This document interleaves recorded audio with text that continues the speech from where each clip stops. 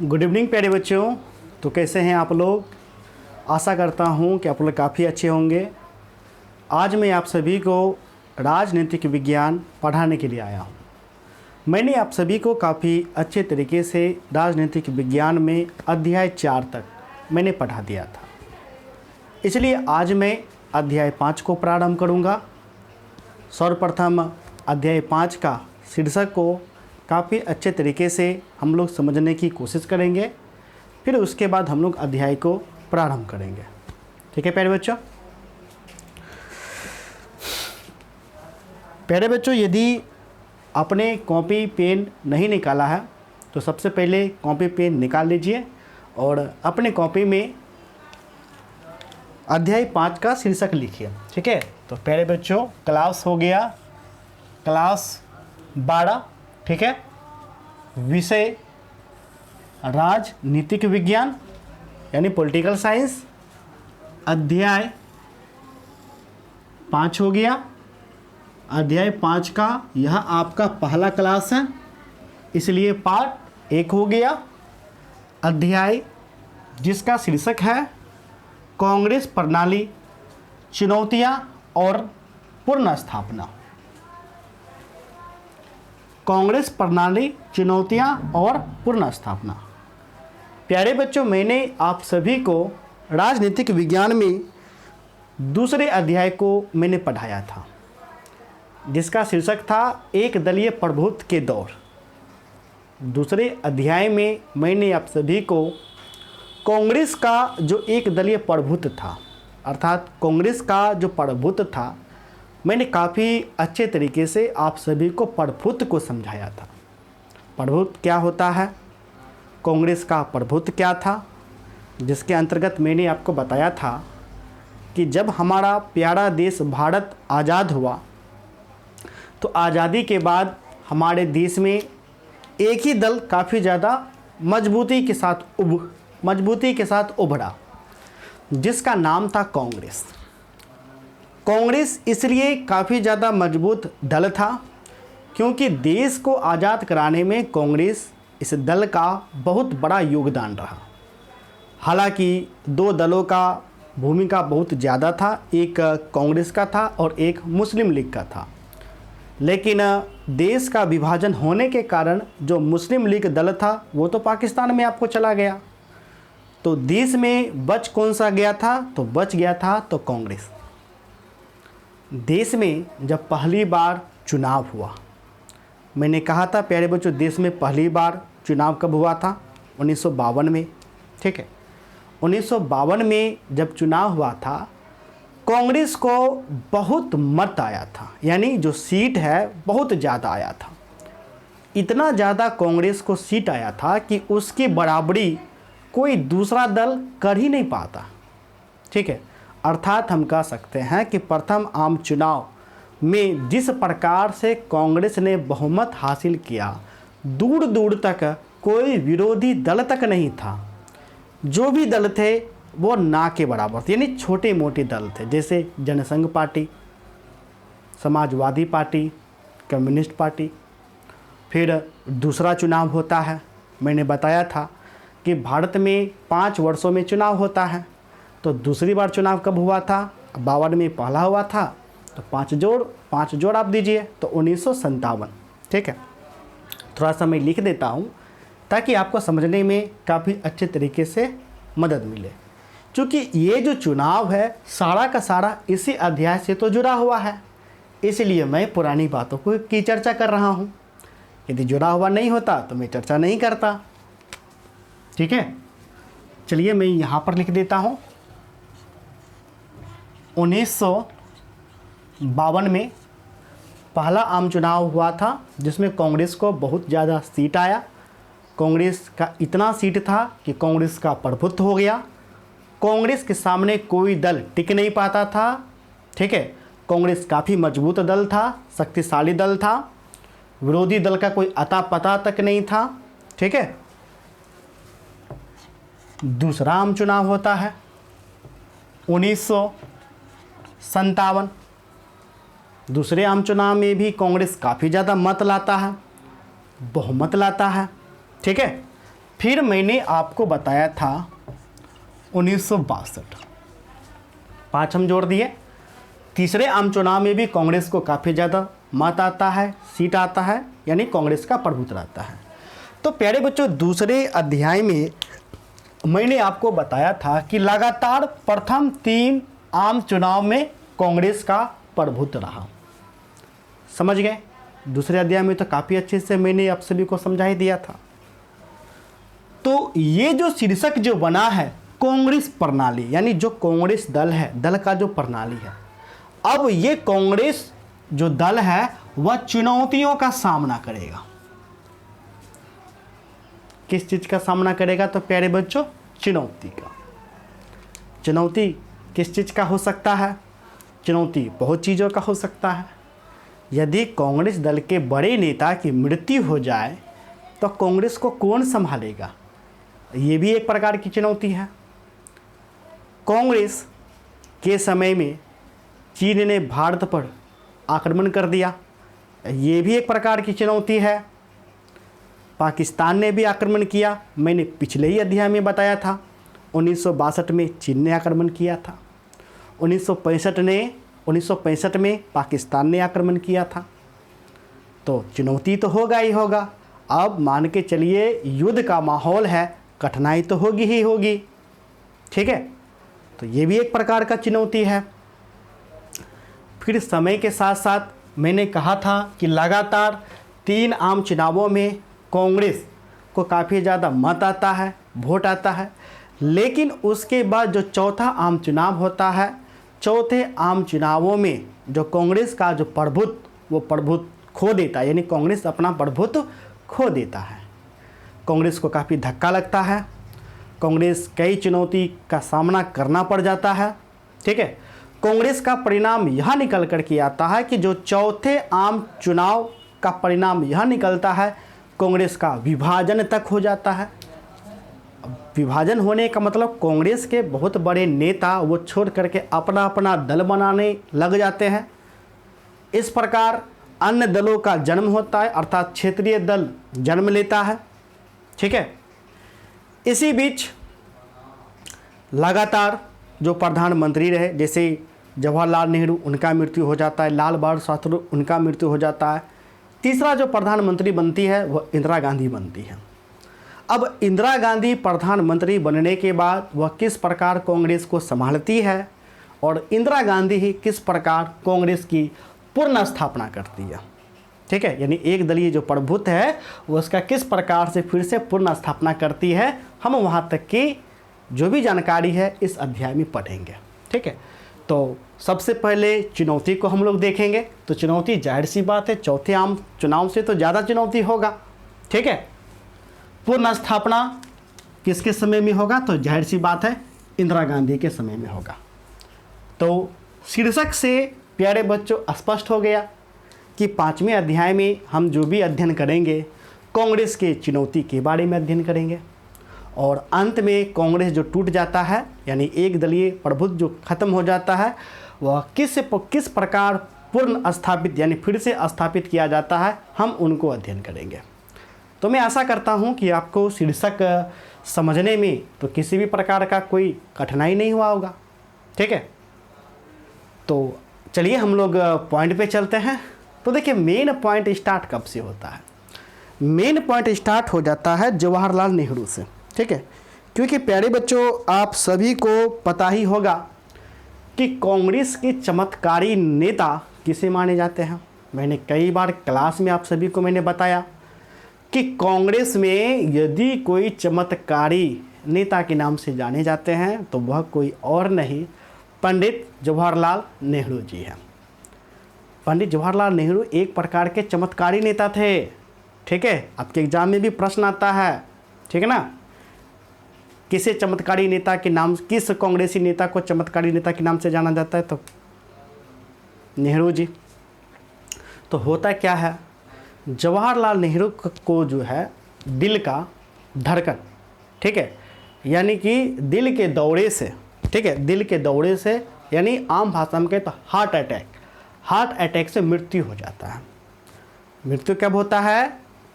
27 मई 1964। ये डेट याद आप लोग कर लीजिएगा। 27 मई 1964 को पंडित जवाहरलाल नेहरू का मृत्यु हो जाता है। उस समय पंडित जवाहरलाल नेहरू देश के प्रधानमंत्री थे। अब बहुत बड़ा प्रश्न चिन्ह लग जाता है, प्रधानमंत्री का यदि मृत्यु हो जाता है तो देश को कौन संभालेगा, अगला प्रधानमंत्री कौन बनेगा।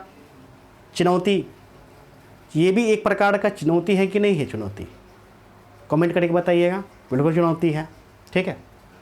तो उस समय क्या होता है कि जब जवाहरलाल नेहरू की मृत्यु हो जाती है तो कांग्रेस जो पार्टी है उसका अध्यक्ष होता है के कामराज। नाम याद कर लीजिएगा, अध्यक्ष कौन होता है, के कामराज। अब अगला प्रधानमंत्री कौन बनेगा, ये जो समस्या है अध्यक्ष के सर पे चले आता है। अभी भी देखिएगा जैसे बीजेपी, नरेंद्र मोदी प्रधानमंत्री है लेकिन बीजेपी का अध्यक्ष अमित शाह थे, यानी पहले अमित शाह थे, अभी कौन है थोड़ा सा ध्यान नहीं है, ठीक है।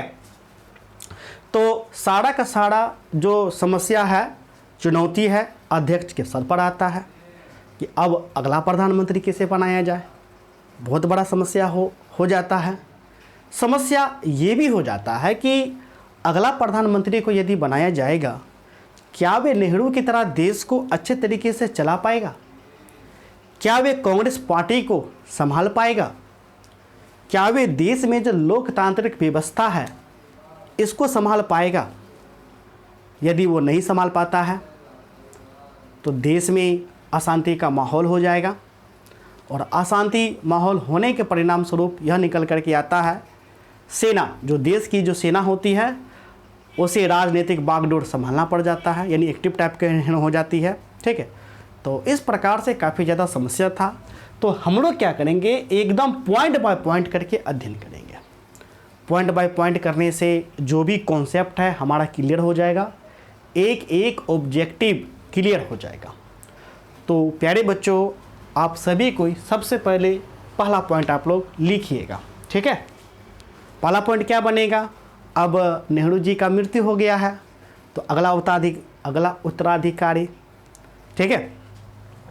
तो पॉइंट बनेगा राजनीतिक उत्तराधिकारी की चुनौती। ये भी तो एक प्रकार का चुनौती है, ठीक है। चलिए, एक प्रकार का एक आप नोट्स ही बना लीजिए, काफ़ी ज़्यादा अच्छा रहेगा।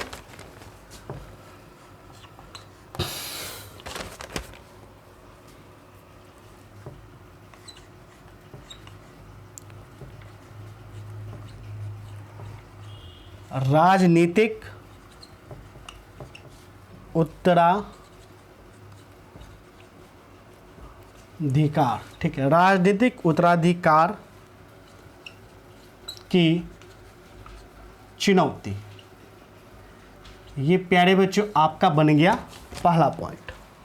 राजनीतिक उत्तराधिकार की चुनौती, आखिर प्रधानमंत्री भाई किसे बनाया जाए, ठीक। राजनीतिक उत्तराधिकार की चुनौती, ये आपका पहला पॉइंट हो गया कि नेहरू के बाद प्रधानमंत्री बनाया जाए तो क्या, किसे बनाया जाए। तो सबसे पहले हम लोग देखेंगे नेहरू जी के मृत्यु के बारे में, यानी नेहरू की मृत्यु, यानी नेहरू जी का जो मृत्यु होता है, ठीक है, उसके बाद देश में समस्या किस प्रकार से पनपता है, यानी क्या समस्या रहता है, पहले हमें ये जानना है।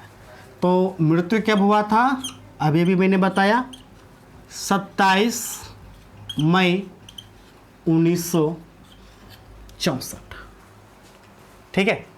27 मई 1964 नेहरू जी, यानी नेहरू का मतलब जवाहरलाल नेहरू, ठीक है, जो देश के प्रथम प्रधानमंत्री थे, उनका मृत्यु बगल में मन है तो लिख लीजिए हार्ट अटैक से हुआ, यानी दिल के दौरा पड़ने से हुआ। ज़्यादातर मंत्रियों का जो मृत्यु होता है वो दिल का दौरा पड़ने से ही होता है, ठीक है। चलिए, यहाँ तक समझने में किसी भी बच्चे को कोई दिक्कत नहीं। अब चलिए, सबसे पहले हम लोग पॉइंट बाय पॉइंट करके चलेंगे, एकदम तालिका बना करके, क्योंकि मैं चाहता हूँ कि मेरे सभी बच्चे को अच्छे से समझ में आए, ठीक है। तो प्यारे बच्चों देखिए, सबसे पहला समस्या क्या होता है? पहला समस्या ये निकल के आता है कि ये पहले पॉइंट लिख लीजिए 1960।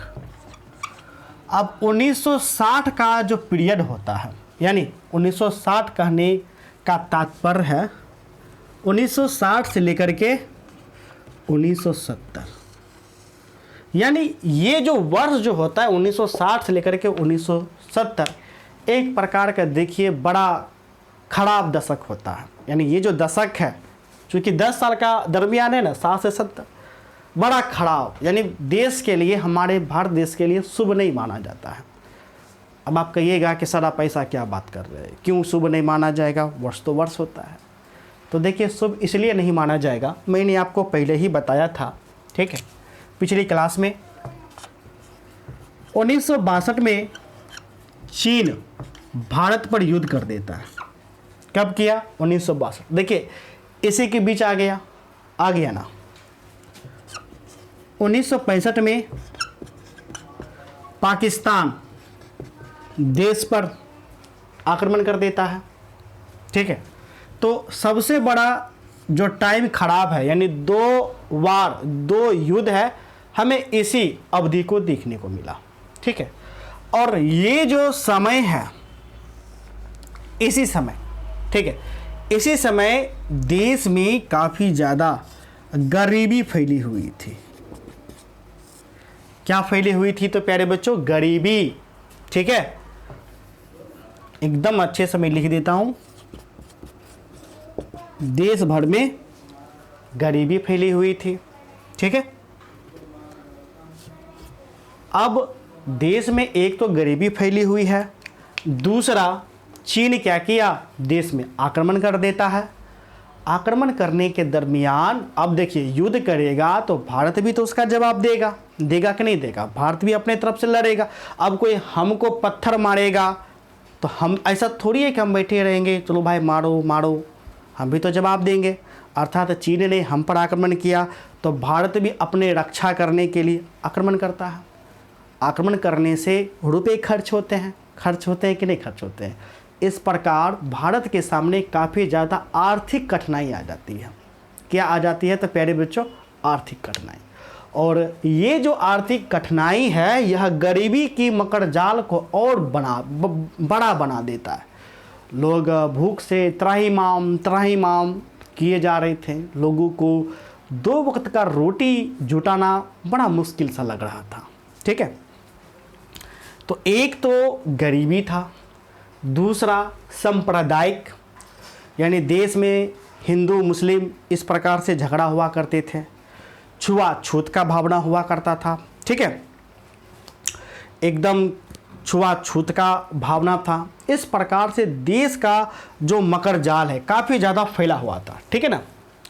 तो मैं एकदम पॉइंट बना करके मैं आपको लिख देता हूँ, ठीक है। या फिर इतना ही पॉइंट काफ़ी है, ये आप समझ गए, काफ़ी पॉइंट है, ठीक है। यानी इसी टाइम में आपको बस जान लेना है कि देश में गरीबी फैला हुआ था, सांप्रदायिक घटना हो रही थी, यानी हिंदू मुस्लिम, ठीक है। उसके बाद गैर समानता था, यानी समानता नहीं था, लोग समानता का व्यवहार नहीं करते थे। जैसे शूद्र के साथ जैसे मान के चलिए छुआछूत का भावना इस प्रकार पहले प्रचुर मात्रा में था। तो देश को चाहिए था कि इसके मकर जाल से वो बाहर आपको निकल सके, ठीक है। तो पहला पॉइंट हो गया कि 1960 का जो दशक है, 1960 का दशक, यह भारत के लिए खराब साबित हुआ। क्या हुआ? तो खराब साबित हुआ, ठीक है। नेक्स्ट पॉइंट आपका हो जाएगा, देश के सामने अनेक चुनौतियां थी। देश के सामने अनेक चुनौतियां, ठीक है। देश के सामने अनेक चुनौतियां थी, ठीक है। अब चुनौती में जो प्यारे बच्चों, जो सबसे पहला जो चुनौती हो जाएगा गरीबी का, यही मान के चलिए इस प्रकार से, गरीबी का, बराबरी का, ठीक है, आर्थिक का, चूँकि चीन ने आक्रमण कर दिया था, रुपये काफ़ी ज़्यादा खर्च उर्छना हो गए थे। तो इस प्रकार से चुनौती था। और तथा ये भी चुनौती था कि अगला प्रधानमंत्री कौन बनेगा, ये भी एक प्रकार का क्या था तो प्यारे बच्चों चुनौती, अपने आप में बहुत बड़ा चुनौती था। ठीक है, फिर आगे का पॉइंट यदि मैं बात करूं, ठीक है, मैं पॉइंट आपको लिख देता हूं। और जो सबसे बड़ा जो चुनौती था, ठीक है, नया नेतृत्व करने का समाधान समक्ष।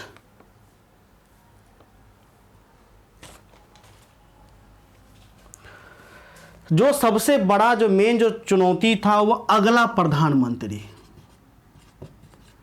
अगला पीएम, यानी अगला प्रधानमंत्री कौन बनेगा, ये जो है वो देश का प्यारे बच्चों सबसे कहिए कि सबसे बड़ा चुनौती था।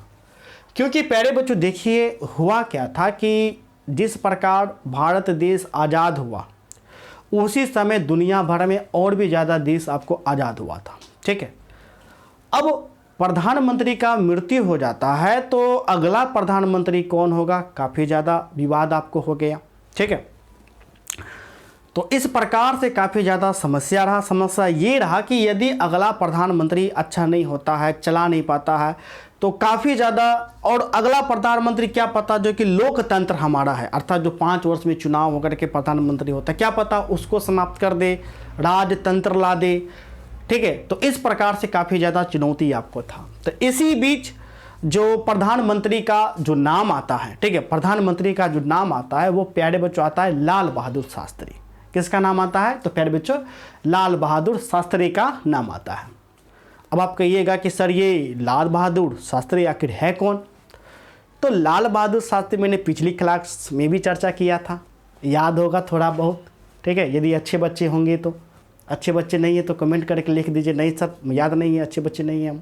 ठीक है, तो अगला प्रधानमंत्री का नाम आता है लाल बहादुर शास्त्री। लाल बहादुर शास्त्री जी जो है वो नेहरू जी के जो मंत्रिमंडल है, ठीक है, एक तो नेहरू जी के मंत्रिमंडल में वो कई वर्षों तक मंत्री बने हुए थे। जैसे मान के चलिए बीजेपी का मंत्रिमंडल में अमित शाह मंत्रिमंडल है, अमित शाह भी मंत्री है कि नहीं। उसी प्रकार नेहरू के मंत्रिमंडल में लाल बहादुर शास्त्री मंत्री थे। लाल बहादुर शास्त्री का खास बात ये था कि आज तक उनका जो व्यवहार था उन पर कभी दाग नहीं लगा हुआ था। सभी लोग कहते हैं एकदम पॉजिटिव थिंकिंग से उनको रूप में देखते थे, एकदम सीधे साधे लोग की। आज तक कभी उन पर इल्ज़ाम नहीं लगा कि लाल बहादुर शास्त्री जी कभी घोटाला किए, ये किए, वो किए। छवि काफ़ी ज़्यादा अच्छा था लाल बहादुर शास्त्री का, यही खासियत था। परिणाम यह निकला कि अगला प्रधानमंत्री लाल बहादुर शास्त्री होगा। अब इतना बेहतरीन उनका छवि था, इतना अच्छा व्यवहार था कि लोग उनका कभी विरोध कर ही नहीं पाए। जैसे मान के चलिए मैं आपके सामने कहूँगा डॉक्टर APJ अब्दुल कलाम, क्या आप उनके बारे में कभी गलत कमेंट लिख सकते हैं? लेकिन मैं अलग प्रधानमंत्री का मैं नाम ले लूँ, जैसे नरेंद्र मोदी, आप कहिएगा नहीं सर अग्निवीर के लिए अच्छा नहीं कर रहा है, तो लोग कह सकता है। लेकिन APJ अब्दुल कलाम के लिए हमको लगता है कि शायद ही कोई ऐसा व्यक्ति होगा जो APJ अब्दुल कलाम के अगेंस्ट कुछ बोलेगा। ठीक है, उसी प्रकार लाल बहादुर शास्त्री का छवि काफ़ी बेहतरीन था। लाल बहादुर शास्त्री काफ़ी सीधे साधे थे। ठीक है, कभी भी रुपये को महत्व नहीं दिए, हमेशा समाज को ही महत्व आपको देते थे। और नेहरू के मंत्रिमंडल में तो स्वयं, ठीक है, स्वयं वे मंत्री भी रह चुके थे। इसलिए अगला प्रधानमंत्री किनको नियुक्त किया जाता है तो लाल बहादुर शास्त्री जी को नियुक्त किया जाता है। अब जब लाल बहादुर शास्त्री जब मंत्री बनते हैं तो उनका भी मान के चलिए काफ़ी ज़्यादा समस्या का सामना करना पड़ता है। ठीक है, तो आगे का पॉइंट हम लोग देखते हैं।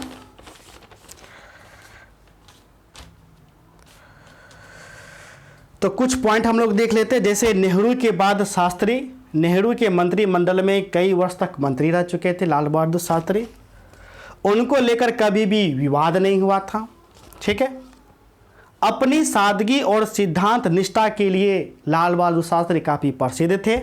ठीक है, कांग्रेस पार्टी के अध्यक्ष यानी के कामराज ने पार्टी के नेताओं से मशविश किया। ठीक है, मशविरा किया, यानी जो आपका कांग्रेस का अध्यक्ष जो थे उस समय के कामराज थे।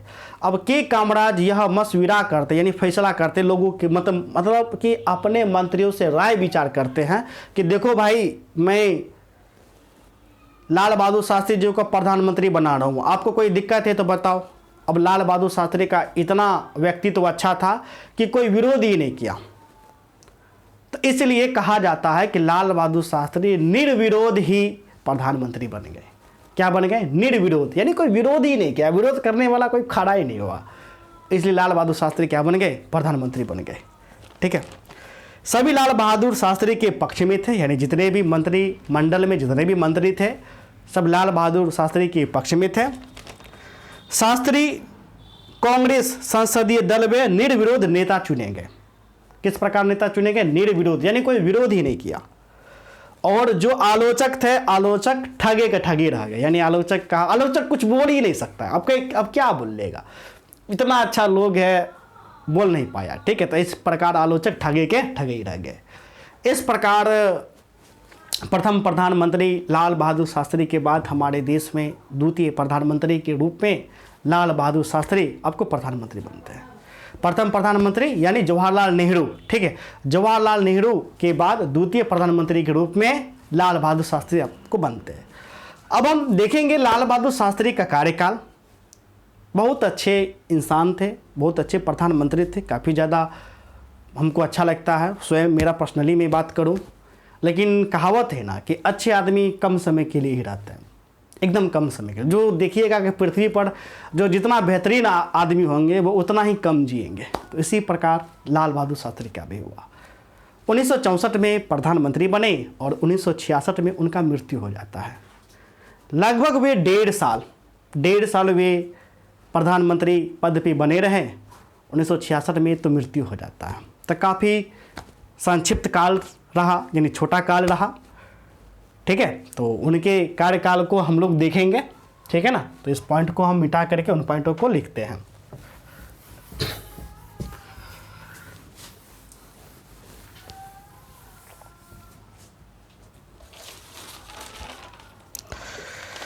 शास्त्री जी का कार्यकाल।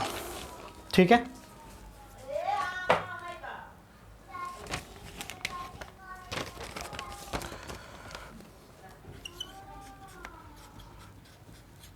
शास्त्री जी का कार्यकाल यानी लाल बहादुर शास्त्री जी का कार्यकाल। तो इनका कार्यकाल हो गया 1964 से 1966, 1.5 साल। क्योंकि 66 जैसे ही 10 जनवरी को तो उनका मृत्यु ही हो गया। अब जनवरी में मृत्यु हो गया तो क्या 66 काउंट आएगा? कोई तो काउंट तो रहेगा नहीं। ठीक है, खैर हम आगे बढ़ते हैं। प्यारे बच्चों, देखिए जब लाल बहादुर शास्त्री प्रधानमंत्री बने तो उन्हें भी कई चुनौतियों से गुजरना पड़ा। पहला तो चुनौती ये था कि जो बदमाश चीन है हम पे युद्ध कर दिया था, तो हम लोग आर्थिक दृष्टि से काफ़ी कमज़ोर हो गए थे। इसी बात का मौका का फ़ायदा उठा करके ये जो पाकिस्तान है 1965 में, यानी जब शास्त्री जी प्रधानमंत्री थे इसी के टाइम में, ठीक है, देखिए 64 से 66 तो बीच का 65 ना बच जाता है। तो 1965 में मैंने पिछले क्लास में बताया था कि पाकिस्तान आक्रमण कर देता है भारत में। अब आक्रमण करने के दरमियान जो देश युद्ध में उलझ जाता है, परिणाम भारत का जो मानसून जो होता है, जलवायु, मानसून में किसान असफल हो जाते हैं। असफल होने के कारण जो अनाज है, अनाज का संकट छा जाता है। लोग भूखमरी का माहौल बन जाता है। भूख से लोग मरना प्रारंभ कर देते हैं। ऊपर से पाकिस्तानवा क्या कर दिया है? युद्ध कर दिया है। पैसा से हम कमज़ोर हो गए हैं। तो यहाँ पर अनाज और आर्थिक दोनों रूप से तो हमको मजबूत बनना पड़ेगा। तो इस मजबूत को बनाने के लिए हमारे द्वितीय प्रधानमंत्री शास्त्री जी ने हमारे देश भर में जितने भी किसान हैं सभी किसान को एक नारा देते हैं। कौन नारा? तो जय जवान जय किसान, जय जवान जय किसान। ठीक है, यानी किसान खेती वेती करिए इस प्रकार से और देश को संभालिए। तो जय जवान और जय किसान का लाल बहादुर शास्त्री नारा देते हैं। आपके एग्जाम में ये प्रश्न भी कई बार पूछे जाते हैं कि जय जवान जय किसान का नारा किसने दिया? तो लाल बहादुर शास्त्री ने दिया। क्यों दिया? क्योंकि अनाज का काफ़ी ज़्यादा संकट हो गया था। उस समय हमें अमेरिका से अनाज को आयात करना पड़ता था, यानी मंगवाना पड़ता था अमेरिका से। अब अमेरिका अनाज तो दे देता था, लेकिन भारत पर हमेशा दबाव बनाता था, दबाव। तो भारत को अच्छा नहीं लगा, ठीक है।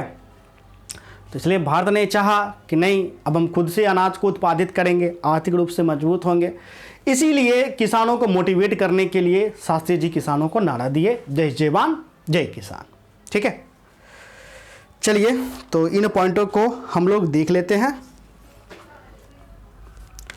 देश के जो सामने जो सबसे बड़ी जो समस्या निकली, ठीक है,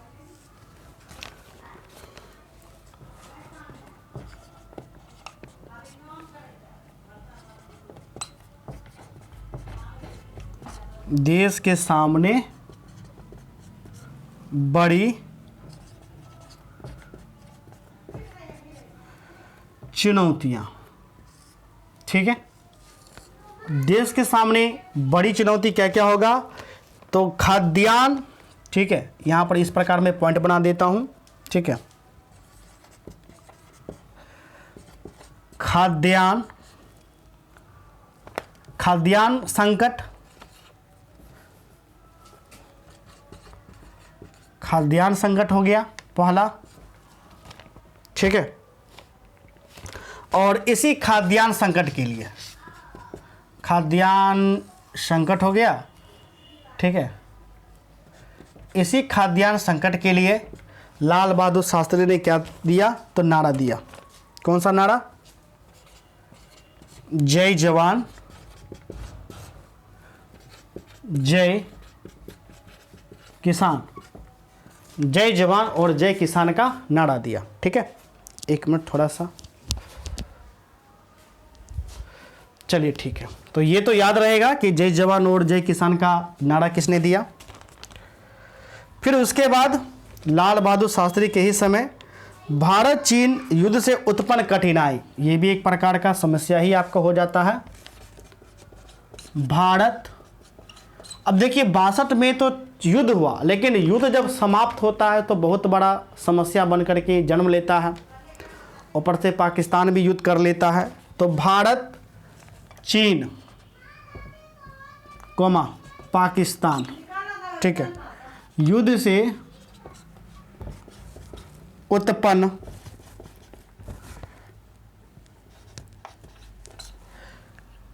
हुई कठिनाई,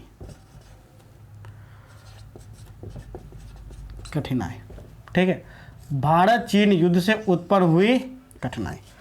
अब कठिनाई तो जाहिर सी बात है किसका प्यारे बच्चों हो जाएगा? तो आर्थिक का हो जाएगा, आर्थिक कठिनाई। अब आर्थिक कठिनाई होगा तो जाहिर सी बात है देश में काफ़ी ज़्यादा दिक्कत हो जाएगा, आर्थिक, ठीक है। और सबसे अंत में देखेंगे 1965 में जो पाकिस्तान युद्ध जो हुआ था, उस युद्ध के कारण जो मैंने कहा था कि ताशकंद समझौता हुआ।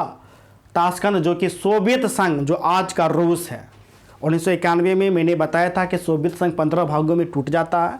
तो उस समय जो सोवियत जो संघ था, सोवियत संघ में एक शहर पड़ता था जिसका नाम था ताशकंद।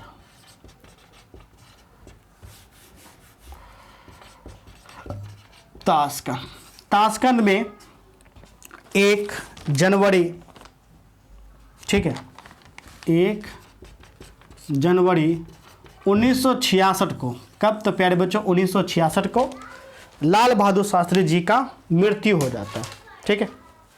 किसका मृत्यु हो जाता है? तो प्यारे बच्चों लाल बहादुर शास्त्री जी का मृत्यु हो जाता है।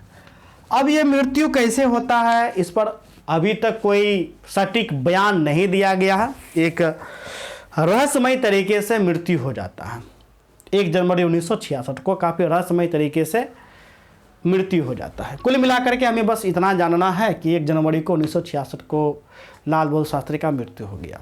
कहाँ हुआ? तो ताशकंद में हुआ था। ठीक है। अब जब लाल बहादुर शास्त्री जी का यहाँ पे मृत्यु हो जाता है तो आपने देखा ना, मात्र 1.5 साल तक, चूंकि देखिए मई में 1964 के मई में तो मान के चलिए आपको नेहरू जी की मृत्यु हो गई, तो आधा साल तो ऐसे बीत गया, तो 6 महीना उधर शासन किए, एगो 65 शासन किए, तो लगभग 1.5 साल, जनवरी साल भी नहीं लगा, पहले 1 ही जनवरी को तो मृत्यु हो जाता है। ठीक है। तो 66 तो नामे करा गया, तो 1.5 साल तक लगभग आपको शासन किए थे। अब जब लाल बहादुर शास्त्री का जब मृत्यु हो जाता है तो फिर से एक समस्या बन जाता है कि अब अगला उत्तराधिकारी कौन होगा, अब देश का अगला प्रधानमंत्री कौन होगा। ये भी तो एक प्रकार का समस्या हो गया। समस्या हुआ कि नहीं हुआ प्यारे बच्चों? हुआ। तो देश का प्रधानमंत्री बनने के लिए 2 नाम आता है। ठीक है। पहला नाम आता है मोरारजी देसाई और दूसरा नाम आता है इंदिरा गांधी। ठीक है।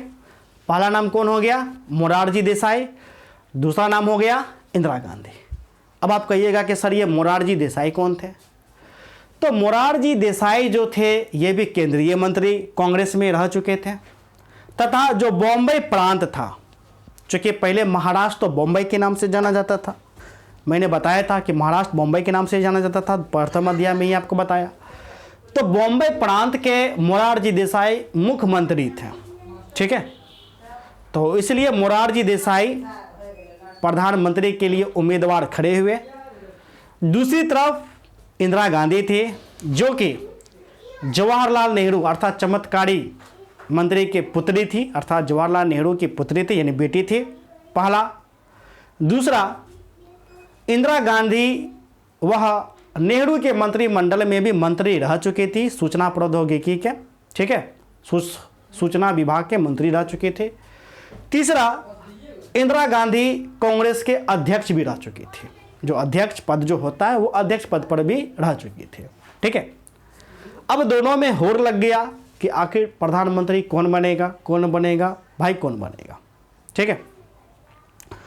तो प्रधानमंत्री का ये जो होड़ लग गया और अंत में जो कांग्रेस के वरिष्ठ नेता थे, यानी बड़े बड़े नेता ने सोचा कि जो मंत्री है वो हम इंदिरा को बना देते, अपनी बेटिया इंदिरा है, जवाहरलाल नेहरू जी की बेटी है, अपनी बचिया है, बना देते हैं प्रधानमंत्री। जो कहेंगे वो सुनेगी, है कि नहीं? जो कहेंगे वो सुनेंगे। इंदिरा गांधी कितना उस समय उतना राजनीतिक वो समझ नहीं पाती थी। ठीक है। नई थी, समझ कम होगा। तो बड़े नेताओं ने कहा करे अपनी बेटिया है, जो कहेंगे इंदिरा तो वही करेगी, थोड़ी हम लोगों का बात काट देगी, नहीं काटेगी। तो ऊपर से जो मोरारजी देसाई हैं वरिष्ठ नेता थे, बॉम्बे प्रांत के मुख्यमंत्री रह चुके थे, एकदम समझदार, पक्कल आम की तरह, जबकि इंदिरा कच्चे आम की तरह। इसलिए बड़े नेताओं का मन हो गया कि हम इंदिरा गांधी को प्रधानमंत्री बनाएंगे, और अंत में इंदिरा गांधी प्रधानमंत्री बन जाती है। अब जब प्रधानमंत्री बन जाती है तो बनने के बाद और समस्या देखने को मिलता है।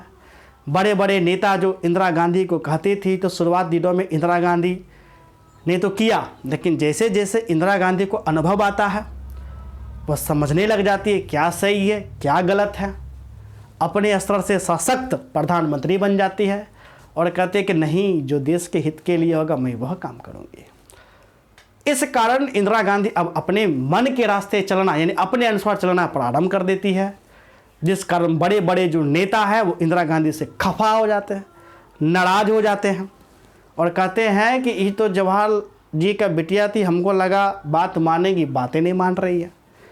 तो परिणाम ऐसा निकल कर के आता है कि बड़े नेतागण और इंदिरा गांधी में मतभेद हो जाता है, पटरिए न खाता है, पटता ही नहीं है। जिसमें से एक स्वयं जयप्रकाश नारायण जी थे, आपने संपूर्ण क्रांति हिंदी में पढ़ाई होगा। क्या कहते हैं जयप्रकाश नारायण जी कहते हैं ना कि इंदिरा गांधी से हमको बैर नहीं, उनके राजनीति से बैर है। ठीक है कि नहीं? तो बड़े नेता को इंदिरा गांधी से नहीं पटता है।